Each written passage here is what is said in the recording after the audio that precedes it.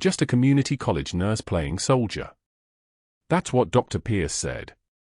8 months into her assignment at Cedar Creek Medical in Norfolk, and those were the words that hung in the corridor like antiseptic fog.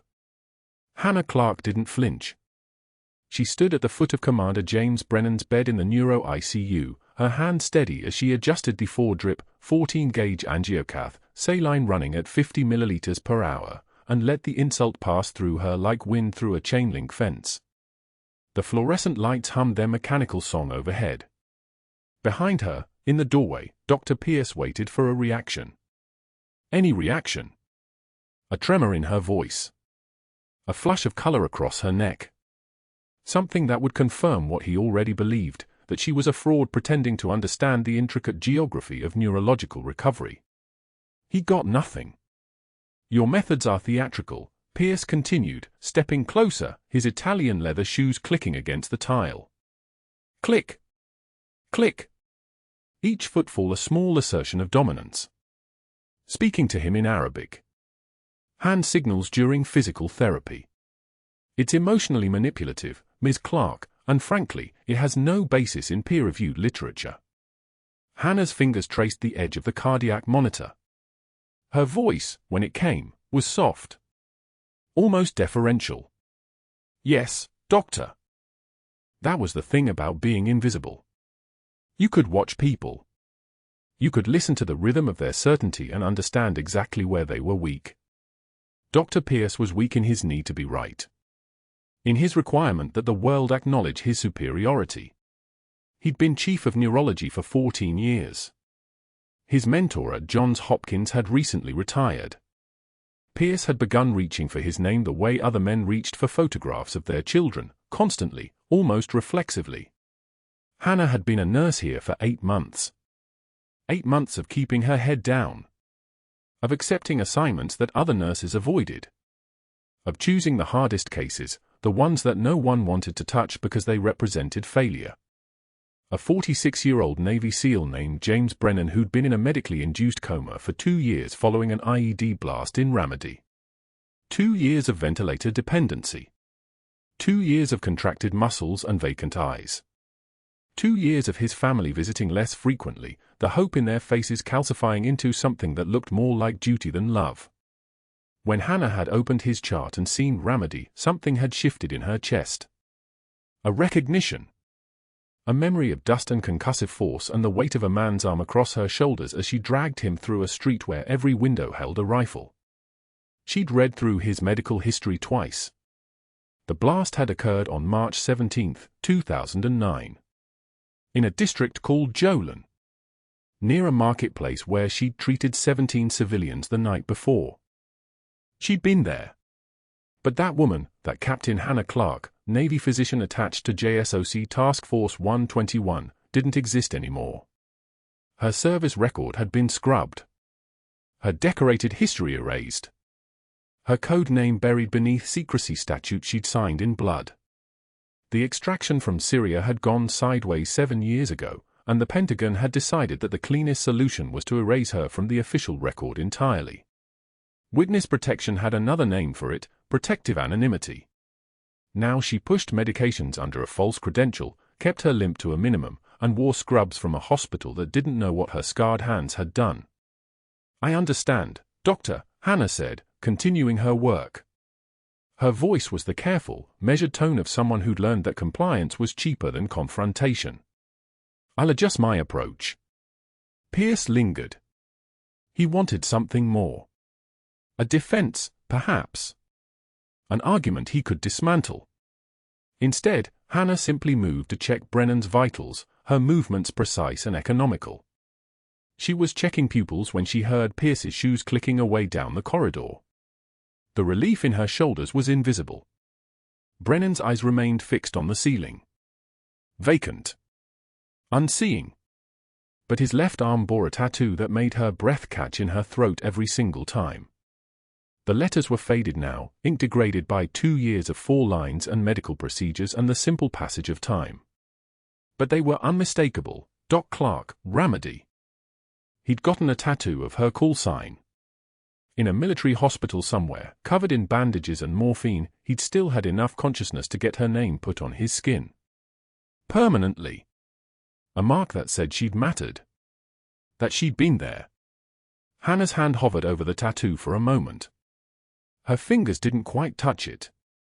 That would have been too much. Too visible. Instead, she finished taking his blood pressure, 112/68, stable, and made a note in his chart with the clinical detachment of someone documenting a stranger's vital signs. But her hands remembered. That was the problem. Her hands remembered what her ID badge said she'd never done. They remembered the weight of a tourniquet. The resistance of a chest wall during compressions. The moment when you feel ribs crack under your palms and you know you've done it right because the alternative is letting him die. Brennan's chest rose and fell with the ventilator's mechanical rhythm. Whoosh. Release. Whoosh. Release. The sound was almost musical if you listened to it long enough. Like the rotor wash of a Black Hawk coming in hot. Like 1,000 things that had happened in a different life. Hannah moved through the ICU with the efficiency of someone who belonged there. She checked the saline levels on the 4. Adjusted the bed angle for postural drainage. Spoke to Brennan in a low voice, tactical phrases mixed with Arabic, words about holding the line and staying strong. Other nurses had started to notice. There was something strange about the way she touched his arm. Something that looked almost military. The way she used those hand signals, clear, hold, advance, during physical therapy. Like she was communicating with a fellow combatant instead of talking to a patient.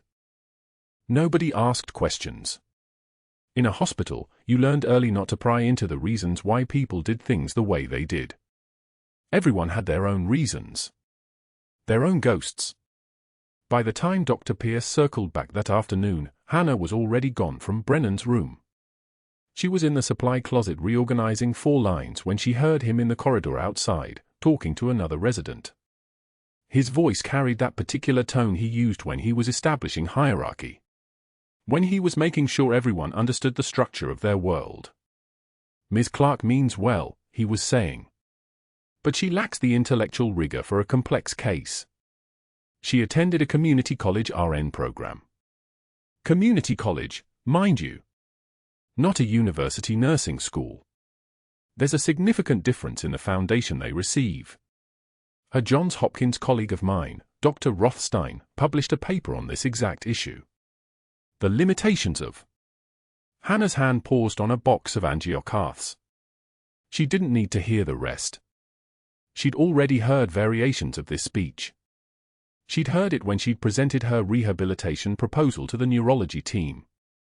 She'd heard it in Pierce's tone when he'd reviewed her background. She could hear him thinking it now, like a voice inside his own skull. Who does she think she is? She finished organizing the supply closet. Then she returned to Brennan's room and continued her shift with the same quiet competence she brought to everything. No frustration. No anger showing in her face. Just the calm of someone who'd learned that the world was going to underestimate her and that nothing could be done about it except to keep working anyway. When she pressed her gloved hands against Brennan's arm during physical therapy, moving his shoulder through passive range of motion, she was thinking about his tattoo. About the fact that he'd written her name on his skin and then spent 2 years unable to remember who she was. The ventilator wheezed its mechanical rhythm. The heart monitor beeped its steady pulse.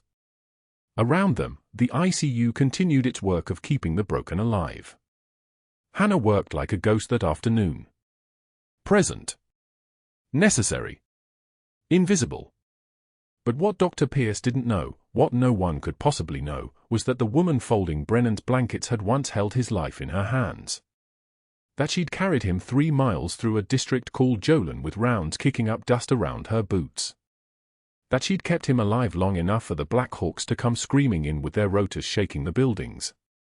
That she'd been cited for her actions under direct enemy fire and decorated for the lives she'd saved. And she'd do it all again. Every day. Every moment. Without hesitation. She didn't need anyone to acknowledge it. She didn't need Pierce's respect or the hospital's recognition or Brennan's vacant eyes to suddenly focus and remember. She just needed him to live. Everything else was noise. The first sign that Dr. Pierce had declared war came during grand rounds at 11 o'clock on a Tuesday morning, when he positioned Hannah beside Commander Brennan's bed like a museum exhibit, his voice carrying the flat contempt of a prosecutor presenting evidence to a jury. 20 residents stood in a semicircle, their white coats starched, their notepads ready, and Hannah understood immediately that this wasn't education.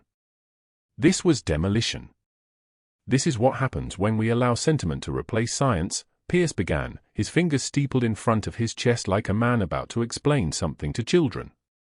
His eyes moved to Hannah with the precision of a weapon. "Nurse Clarke believes that speaking to this patient in Arabic, her second language, apparently acquired through what she calls community college courses, will somehow penetrate 2 years of catastrophic cerebral infarction and traumatic brain injury. She also employs hand signals during physical therapy. Military signals, she told me." He paused. The residents waited. Someone coughed. "Tell us, Nurse Clarke. Which specific course taught you neurology?" Hannah didn't flinch. She didn't blink. Her hands were steady at her sides, arms straight like parade rest, the kind of stillness that comes from having stood in worse places under worse eyes. The fluorescent lights overhead cast her in white light, clinical and exposing. She could feel the weight of 20 sets of eyes, and she could feel Pierce's attention, sharp, curious, waiting for her to crumble. He didn't understand that crumbling was a luxury she'd given up a long time ago. "This theatrical nonsense," Pierce continued, gesturing broadly at her as if she were a cautionary tale given human form, "is precisely why we have scope of practice laws. This woman is playing soldier with a man's life. She's dressing in scrubs and pretending to medical knowledge she doesn't possess, and frankly, her approach borders on elder abuse of a patient who cannot consent or advocate for himself." He turned back to the residents. "When she brought him a radio playing Quranic verses yesterday, against my explicit orders, I documented it as an unsupervised intervention outside her professional scope. This is the behavior of someone in psychological distress, not a trained nurse." The resident's pen scratched against notepads. Hannah watched them write. She watched one resident, a woman with dark hair and guilt in her eyes, write faster than the others, as if the speed of her pen could validate what she was hearing. Hannah's jaw tightened. 1 millimeter. Invisible to everyone except Pierce, who was watching for exactly that kind of fracture. "So when you ask me how I justify restricting her access to this patient," Pierce said, his voice dropping to the tone of a man sharing a confidence, "understand that it's not personal. It's professional. It's a duty of care. This man, Commander Brennan, deserves to be treated by evidence-based medicine, not by someone's rescue fantasy." The silence that followed was the kind of silence that happened in operating rooms when something went catastrophically wrong. Nobody moved. Nobody breathed. Hannah could hear the ventilator in Brennan's room 6 feet away, its mechanical rhythm steady and indifferent. Then Hannah spoke. "For sentences. Each one clean.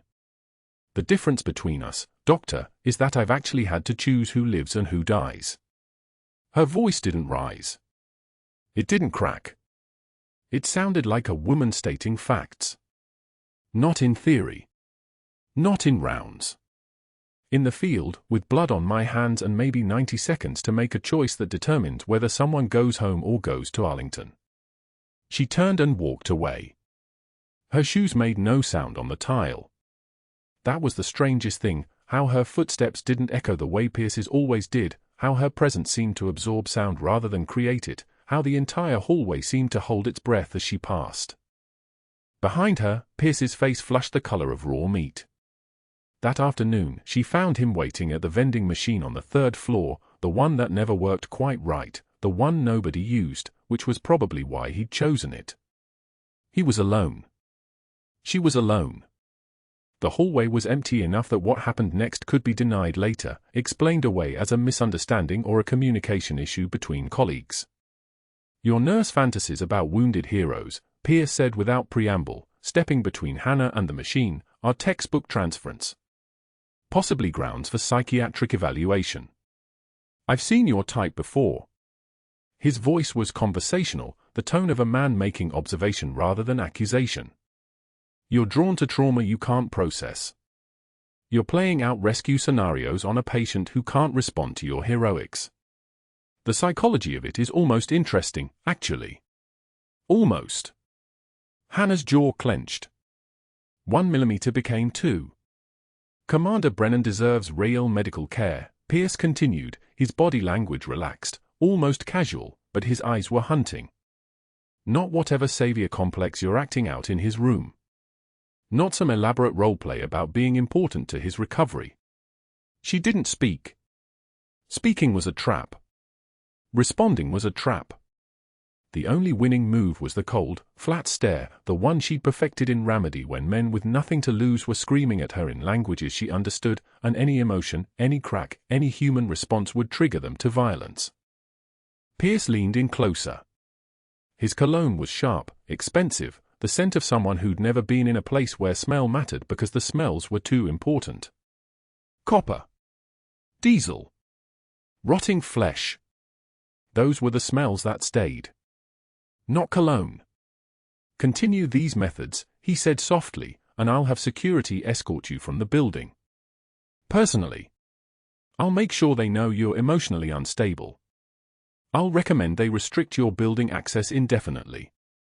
I have the authority to do that, and frankly, after your performance this morning, I'm inclined to use it. Hannah looked at him.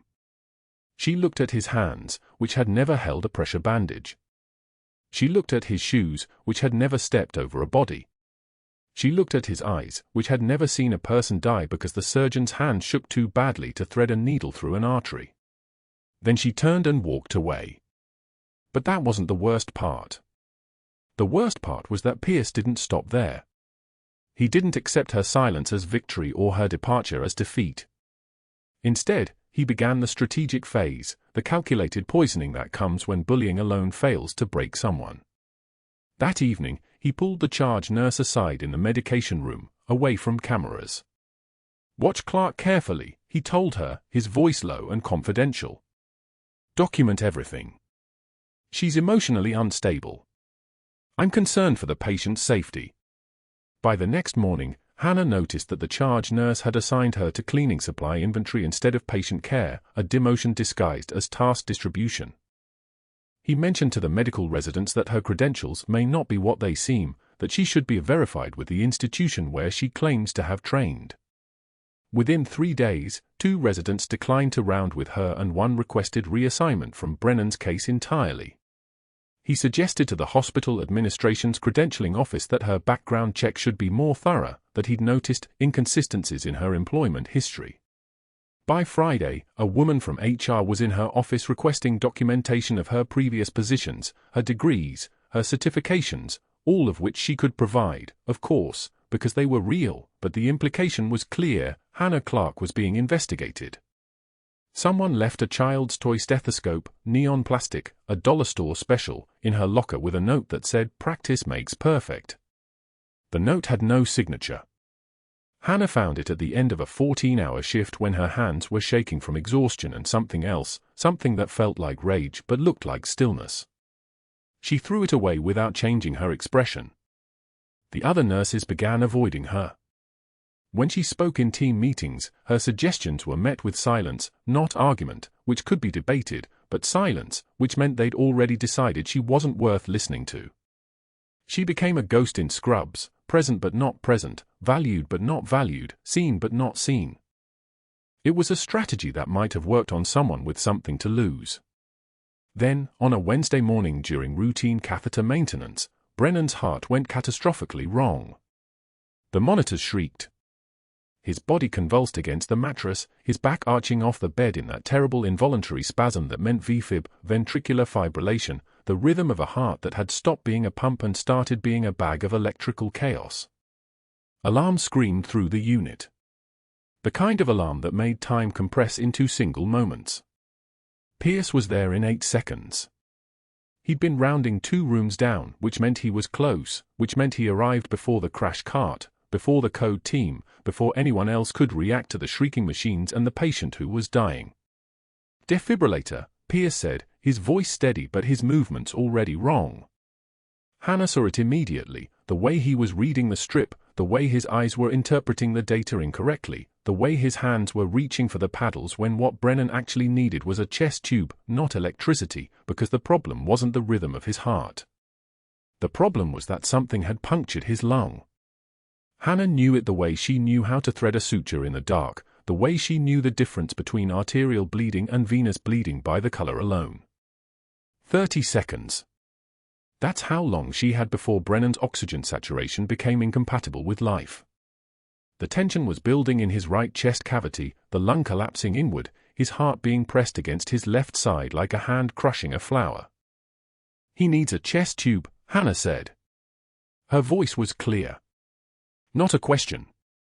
Not a suggestion.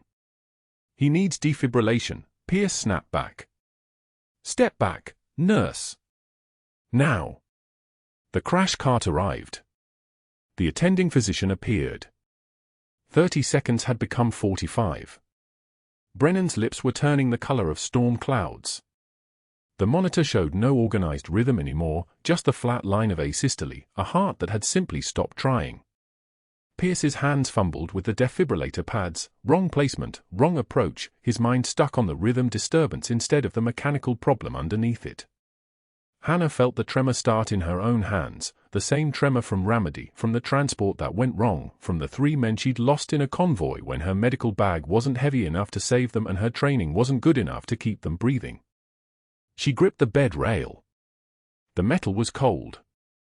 The metal was real. The tremor stopped. Her hands moved without consulting her brain. Muscle memory took over, the kind of muscle memory that comes from 1,000 hours of practice, from 6 years of war, from learning to survive in places where hesitation meant death. She grabbed a scalpel from the crash cart. Not asking. Not requesting. The monitor climbed. 78. 82. Then flatlined. Commander Brennan's chest convulsed once, twice, the rhythm dissolving into chaos on the screen, a V-fib, ventricular fibrillation, the heart no longer beating but quivering uselessly like a fist clenching and releasing with no purpose. His body arched against the catheter they'd been placing for a routine cardiac study, nothing invasive, nothing dangerous, just a standard procedure in a standard afternoon at Cedar Creek Medical until the moment it wasn't. Dr. Pierce stood 3 feet from the bed, staring at the monitor as if the numbers might reverse themselves if he looked hard enough. "Get the crash cart," Hannah said. Not requested. Not asked. The attending physician, Dr. Reeves, young, competent, usually quick, stood frozen, hand halfway to the intercom. The respiratory therapist hadn't moved. 2 residents in the corner hadn't moved. The room had that peculiar quality of people waiting for someone else to decide, that institutional paralysis where no one speaks first. Hannah was already moving. She was the one who crossed to the crash cart, the one whose hands found the defibrillator pads while Pierce fumbled with the machine's power dial, turning it too far, overshooting the settings. She watched him select 360 joules, too much, excessive, the settings for someone in the 300-pound range when Brennan was lean, muscular, 185 pounds maximum. She watched him place the pads incorrectly, too high on the chest, missing the ideal apex to base positioning that would deliver current through the ventricles cleanly. "Charging," Pierce announced, his voice steady but his jaw tight. The machine whined, the capacitors building voltage. Hannah positioned herself at Brennan's head, watching the rhythm, watching the clock. 40 seconds already. Brain cells dying at a rate of 3 million per minute without perfusion. The window was closing. Pierce pressed the button. The charge delivered with a sound like a leather belt snapping, that dry crack of electrical discharge. Brennan's body jerked, his back arching off the mattress, then collapsed. The monitor showed the same flat chaos. Still V-fib. "Charging again," Pierce said, his voice rising slightly. He was analyzing instead of acting, explaining instead of executing. Hannah didn't wait for the second shock to fail. She knew what was happening. She'd seen this pattern before, not in a Norfolk hospital, but in Ramadi, in a compound smelling of diesel exhaust and blood, where there was no second shock coming, no luxury of time, just a man dying and a choice between prayer and action. She moved to the crash cart and grabbed the scalpel from the surgical tray without breaking eye contact with the monitor. "What are you doing?" Pierce's voice cracked upward. "You cannot, that's not your..." Hannah turned toward the bed with the blade catching the fluorescent light, and the residents fell back like water parting around a stone. She didn't explain. Captains don't explain. The first cut was quick, vertical, clean, a line along the left side of Brennan's chest at the fourth intercostal space, between the ribs. Her hands moved the way hands move when they've done something 1,000 times before, when the knowledge is written into muscle and nerve, when thinking would slow her down. Blood welled immediately, arterial bright red, the antiseptic smell replaced by copper. The second cut, horizontal, perpendicular to the first, creating a window. Her fingers felt for the ribs, found them, positioned themselves. The third cut was through the pericardium, the membrane surrounding the heart, and then she was inside. The heart lay in her palm like an animal she'd caught, grey-blue, distended, not beating but quivering. Useless. She began the massage. Compression and release, the muscle responding under her fingers, her other hand working to ease the clot that was blocking the coronary artery. She felt it, a tightness, a resistance, the signature of a thrombus formed during the procedure, dislodged from the catheter site.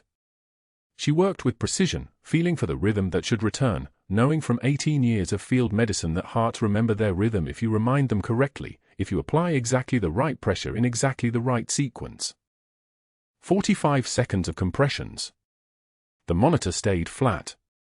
60 seconds. Pierce had stopped talking. The room had that quality of held breath, of surgical focus, the kind of silence that comes just before everything changes. The attending physician had finally moved, calling a code, summoning the cardiology team, but everyone understood this moment belonged to the woman with her hand inside the commander's chest. 90 seconds. The monitor beeped. Once. A single blip. Hannah felt the heart respond under her fingers, felt it strengthen, felt the rhythm organize itself from chaos back into purpose. Compression and release. Compression and release. The muscle strengthened. The rhythm held. The beat became a pattern, became a cadence, became the regular percussion of a heart that remembered how to work. The monitor climbed. 60. 70. 80. Stable. Brennan gasped, his chest rising, oxygen finding his lungs, his body remembering how to live.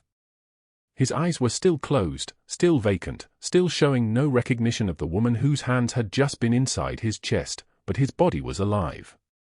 The tattoo on his left arm, Doc Clarke, Ramadi, was directly beneath her hands, and she didn't let herself acknowledge it. The room erupted. Nurses moving, the cardiology team arriving through the doors, equipment being rolled to bedside, voices calling out vitals, instructions, protocols. Hannah stepped back and stripped off her gloves, the latex peeling away from her hands with that characteristic snap. Blood on her scrubs, on her hands, on the cuff of her jacket where the faded unit patch was sewn into the lining. She didn't wait for orders. She didn't wait for praise or condemnation. She walked out of the room and down the corridor while behind her she could hear Pierce's voice rising, saying something about scope of practice, about protocols, but the words didn't land because Hannah was already gone, already moving through the hallway as if she'd simply finished her shift, as if she hadn't just performed an open cardiac massage that was the sole province of attending surgeons, as if she hadn't just saved a man's life using techniques that belonged to war zones, not hospital floors. The locker room was empty at 4:27 p.m. on a Thursday. She sat on the bench and breathed. Not trembling. Not crying. Just breathing, her hands steady as they removed the soiled gloves, as they pressed against the cold metal edge of the locker. She could hear the ventilators wheeze from the wards beyond, the distant announcements over the intercom system, the ordinary sounds of an ordinary hospital where extraordinary things were no longer supposed to happen. 2 hours later, Pierce made his first call. Johns Hopkins. His mentor. A voice Hannah had never heard but could imagine perfectly, distinguished, skeptical, the kind of professor who raised eyebrows at unconventional approaches. "I need you to contact Cedar Creek's board," Pierce was saying when Hannah passed the administration office. His door was half open. She didn't slow. "I need them to question the credentials of a nurse named Hannah Clarke. Her background doesn't check out. I'm starting to suspect falsified documentation." The second call came within the hour. "State Medical Board. A colleague. Send an investigator. Possible credential fraud. This nurse performed a thoracotomy. She's a liability." By evening, Pierce was personally calling the numbers listed on Hannah's employment file as references. One by one, they rang through to disconnected lines, dead ends, numbers that had never connected to anywhere real. Just as she'd known they would. Just as the Pentagon had known they would when they'd erased her service record, scrubbed her name from databases, dissolved Captain Hannah Clarke into a person named Hannah Clarke, RN, a nurse with no military history, no decorated service, no Navy Cross citation to appear in any database anyone would ever search. The investigator arrived by end of business. A woman in a grey suit, carrying a folder. Hannah watched from the nursing station as she met with Pierce in the conference room, as she emerged an hour later with copies of Hannah's file, a confused expression on her face. "Everything appears to be in order," the investigator had told the hospital administrator. Hannah heard the conversation drift across the hallway. "References are intact. Education verified. I don't see any red flags." But Pierce had already made the calls that mattered. The ones that counted. By the time Hannah was summoned to Human Resources the following Monday, the machinery was already engaged. The hospital board had been contacted by Johns Hopkins. Questions had been raised about her methodology. A lawsuit had been threatened, not by anyone Hannah had actually harmed, but by Dr. Pierce, preemptively, claiming that her unsanctioned procedures endangered patients, that her unconventional techniques represented a liability to Cedar Creek Medical. The letter was waiting on the desk. 2 paragraphs. Termination for cause. Performing procedures outside scope of practice. Effective immediately. Hannah read it without expression, accepted it without comment, and walked out into the Norfolk afternoon where the rain was just beginning to fall, that first moment when the sky decides to give up holding back. She didn't cry. Didn't tremble. Just walked to her car and sat in the parking lot, hands on the steering wheel, the hospital's lights glowing yellow behind her through the rainfall. The ones who have seen the worst often give the most. Within 6 hours, Dr. Pierce activated his network. The calls went out like surgical strikes, precise, coordinated, methodical. His mentor at Johns Hopkins received the first one. Then the State Medical Board. Then Cedar Creek's Board of Directors. Each conversation followed the same script: questions about Hannah Clarke's credentials, concerns about her scope of practice, suggestions that her background might not be what the personnel file claimed. The disconnected phone numbers came next. Investigators called the references listed on her application. A nursing program in Sacramento. A clinical supervisor in San Diego. A charge nurse from a community clinic in Coma. All of them disconnected. All of them dead ends. No one answered. No one could verify anything. It was as if Hannah Clarke had emerged from nowhere 8 months ago, fully formed, with a file full of phantom credentials and ghost references. By Wednesday morning, a woman from the State Medical Board sat in a cramped office on the 4th floor of Cedar Creek, reviewing Hannah's entire employment file. Her name was Margaret Duval. She'd worked for the board for 23 years. She was methodical. She was thorough. And she'd learned long ago that gaps in a personnel record were rarely innocent. The file was thin. 8 months of employment. One set of references that didn't exist. No previous work history. No college transcripts attached. No certifications listed. No licenses on file. Margaret Duval made notes in precise handwriting. She photographed each page. She asked questions that Pierce answered with practiced concern, each word weighted with insinuation. By Thursday, the hospital board had received a formal complaint. Pierce had documented his concerns carefully: the unauthorized procedures, the breach of protocol during the code, the questionable judgment. He'd cited the Joint Commission standards. He'd referenced the hospital's liability exposure. He'd mentioned his worry, genuine, he said, genuine concern, that Ms. Clarke might be putting patients at risk. The board chair was a lawyer named Rothstein. He'd learned that where there was smoke and medical liability, there was usually a settlement coming. He authorized an investigation.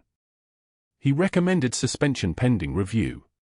He made one phone call to Cedar Creek's risk management team, and by Friday afternoon at 4:22 p.m., it was finished. Hannah received the termination letter printed on official hospital letterhead. The reason was listed in 4 words: performing procedures outside scope of practice. There was no hearing. No appeal process. No opportunity to respond. Just a letter, a final paycheck, a request to turn in her badge and access credentials. She didn't cry. She didn't protest. She didn't argue. She simply nodded, took the envelope, and walked to the staff locker room. The laundry room was in the basement of Cedar Creek, 3 levels below the main corridors. Fluorescent lights hummed their monotonous dirge. The air smelled of bleach and industrial detergent, that sharp antiseptic burn that had become the scent of her entire new life. A single dryer tumbled in the corner, warm and rhythmic. Hannah pulled her scrubs from the final load. 5 sets of Cedar Creek Medical blue. The hospital logo, a stylized cedar tree with a circle around it, was embroidered on the left chest. She'd worn that logo with something close to pride when she started. It meant she was part of something again. It meant she belonged somewhere. It meant she could help people and no one would ask who she really was. Now it was just a symbol of failure. She folded the first pair with military precision. Sleeves folded in. Bottom hem folded up. A sharp crease down the middle. Hospital corners, tight and exact, the way she'd been taught 17 years ago at Annapolis. The fabric was still warm from the dryer, steam rising in faint waves. She folded the second pair. Then the third. Each movement was controlled, methodical, the work of someone who'd learned long ago that discipline was the only thing you could control when everything else was falling apart. The scrubs were soft from 100 washings. They'd absorbed the smell of every unit she'd worked in this past 8 months, the ICU's metallic tang, the air's copper and adrenaline reek, the burn ward's charred flesh notes she could never quite wash away. These scrubs had been her armor. They'd been her permission slip to exist in the world as someone normal. She set them on the metal counter in a neat stack. Military corners. Crisp lines. 5 perfectly folded symbols of a life that was already over. The thing was, she'd trained for this. Not this specifically, not hospital laundry rooms or civilian termination letters, but for loss. For the moment when everything you'd built got taken away. She'd sat in a burning Humvee outside Ramadi while rounds came through the hull and thought about how quickly everything could disappear. She'd held a man's intestines in her hands while a sniper tried to line up a shot and understood that nothing was permanent. She'd been ordered to vanish, to scrub her own existence from every official record, to stop being Captain Hannah Clarke and become someone else entirely. She'd done it. She'd disappeared. She'd rebuilt. She'd thought maybe, just maybe, she could be useful again. She was wrong. Her hands didn't shake. They never did. The trembling, when it came, was always internal, a seismic shifting of tectonic plates deep below the surface where no one could see it. She'd learned that from combat. Never let them see you break. Never show them that you're human enough to be fragile. She walked upstairs to administration. The termination paperwork was waiting. 6 pages. She signed each one. The pen felt foreign in her hand. She couldn't remember the last time she'd written her civilian name instead of just initialing things. Hannah Clarke. Hannah Clarke. Hannah Clarke. 3 times, her civilian identity confirmed on paper, and then it was done. She set the pen down. She picked up her final paycheck. She turned to walk out of Cedar Creek Medical for the last time. That was when the sirens started. 2 of them. Overlapping.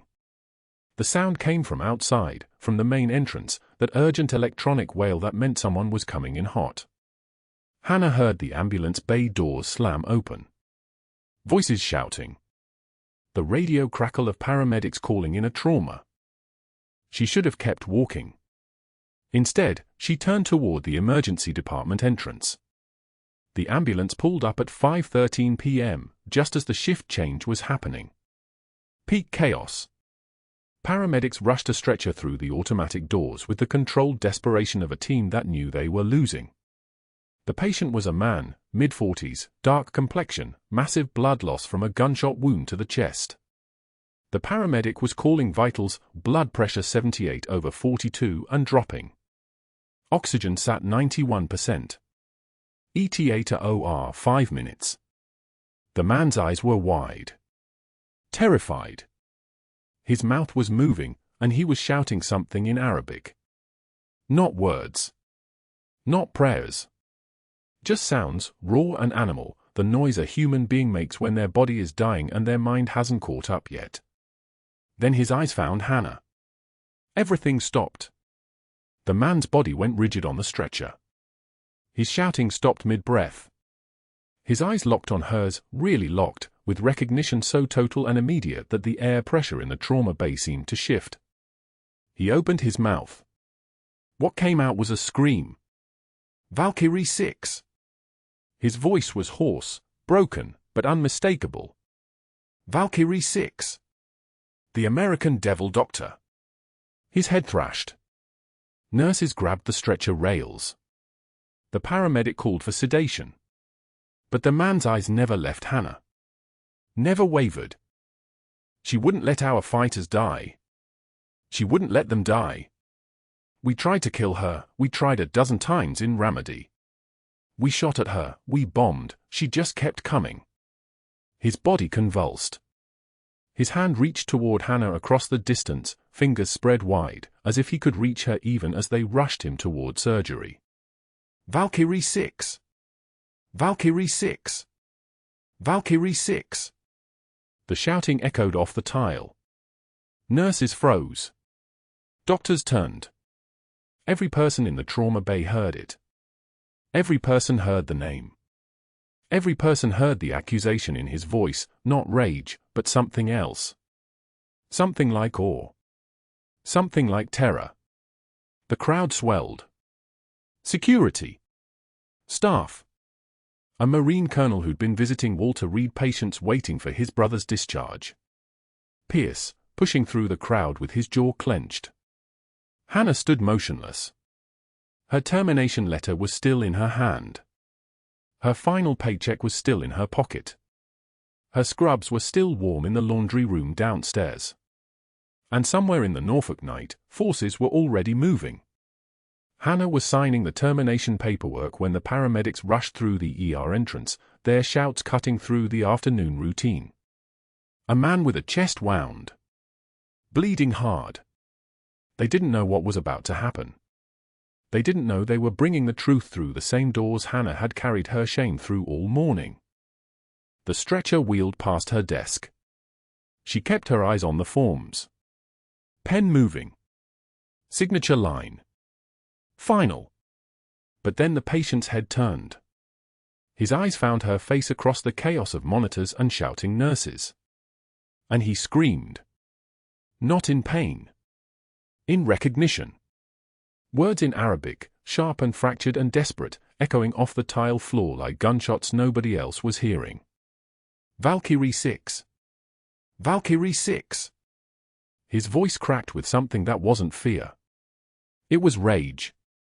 Terror. The kind of recognition that meant he'd tried to kill her once. Tried many times. The former insurgent commander from the Al-Rashid Mosque compound. The one they'd pulled from the rubble during Operation Phantom Fury. The one she'd saved when she should have let him die. Nurses froze. The attending physician looked confused. But the patient kept screaming her call sign, the name they'd given her in Ramadi when her hands had learned to work faster than her conscience could object. Valkyrie 6. The Deathbringer. The one who wouldn't let their fighters fall. The one they'd hunted through 3 different grid squares. A visiting Marine colonel stood near the trauma bay. He was there for something routine. Walter Reed consultation. But he heard the screaming.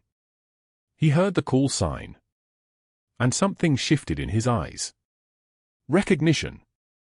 The way a Marine recognizes another Marine, even if one of them is wearing scrubs and walking like a ghost. The room wasn't empty anymore. Staff gathered.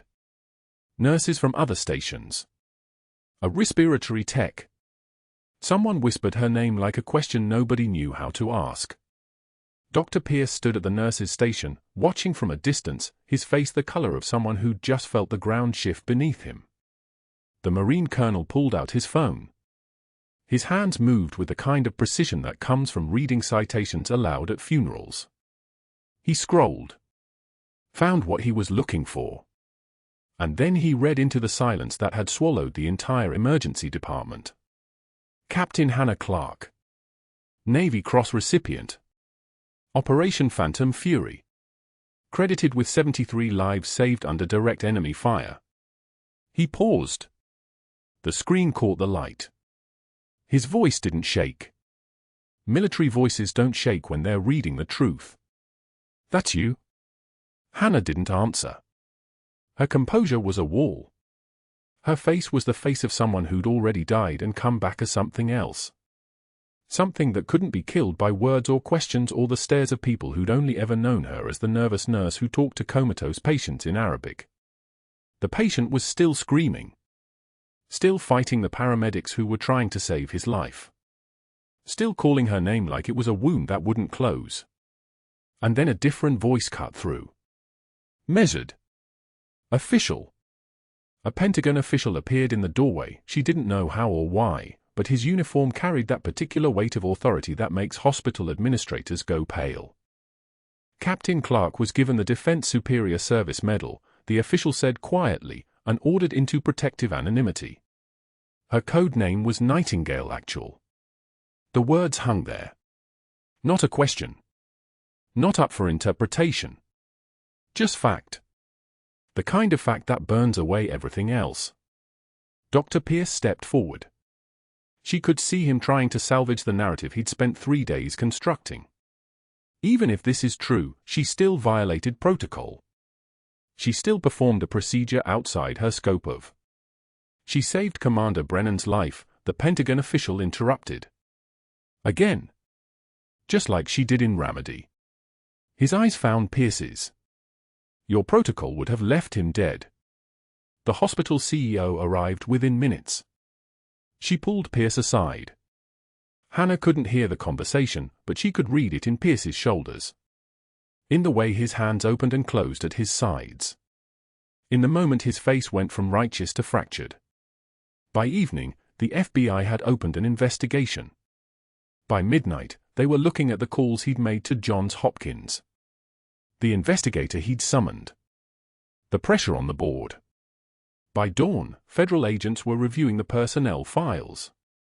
And they found what Pierce had tried to bury, falsified disciplinary notes backdated 3 months. Forged signatures. An entire architecture of lies designed to justify what he'd already decided. Obstruction. Falsifying federal employment records. Abuse of authority. Pierce's mentor at Johns Hopkins released a statement distancing himself. The state medical board investigator who'd come at Pierce's request cooperated with the FBI, providing emails that showed Pierce knew her credentials were genuine. Knew everything. Proceeded anyway. It took 3 days. On the morning of the 4th day, Hannah stood at a hospital window watching the Norfolk light turn the brick walls gold. She was still in her scrubs. Nobody had told her to leave yet. Nobody knew what to do with the ghost who'd walked among them. The doors opened downstairs. 3 federal agents. They didn't need to search for Pierce. Everyone knew where to find him. Morning rounds. His sanctuary. The place where he felt most like the man he'd convinced himself he was. The corridor where nurses lined up, not working, just standing, as agents placed handcuffs on Dr. Pierce's wrists. As they read him his rights in the same measured voice the Pentagon official had used to destroy him. As they walked him past the nurse's station.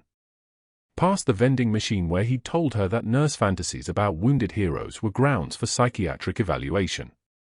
Past the same emergency department entrance where her hidden identity had detonated like a device nobody saw coming. Hannah watched from the window. Arms crossed. Face expressionless. The kind of composure that comes from having already survived the worst. From having already died and learned how to keep breathing anyway. Pierce saw her. Their eyes met for exactly 2 seconds. And in those 2 seconds, he understood that everything he'd built had been built on the assumption that she was ordinary. That she was frightened. That the trembling in her voice when he mocked her meant she was breakable. He'd been dead wrong.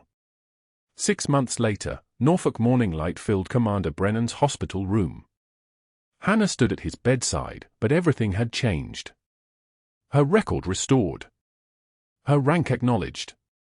Navy captain insignia on her white coat.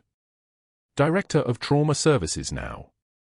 Brought back with military honors and a formal apology from a hospital board that had learned the cost of believing a man with credentials over a woman with silence. Pierce was in West Virginia, driving a medical supply van for a prison healthcare contractor. His medical license suspended. His career reduced to the same anonymous service Hannah had provided for 2 years while pretending to be nobody. Brennan's room had photographs now. Ramadi. The compound. His seal trident displayed on the wall like proof that the man in the bed was real. That the memories counted for something. Hannah had spent 6 months working with him daily. Rebuilt trust through the fog of his brain injury with the same patient she'd used in the desert. Today was different. His eyes tracked her movement across the room. Clear. Focused. Like someone waking from a long dive and recognizing the face of the person who taught him how to breathe. She adjusted his fore. His hand moved, slowly, deliberately, to catch her wrist. Not panic. Not confusion. Recognition. The kind of recognition that means everything. Doc Clarke.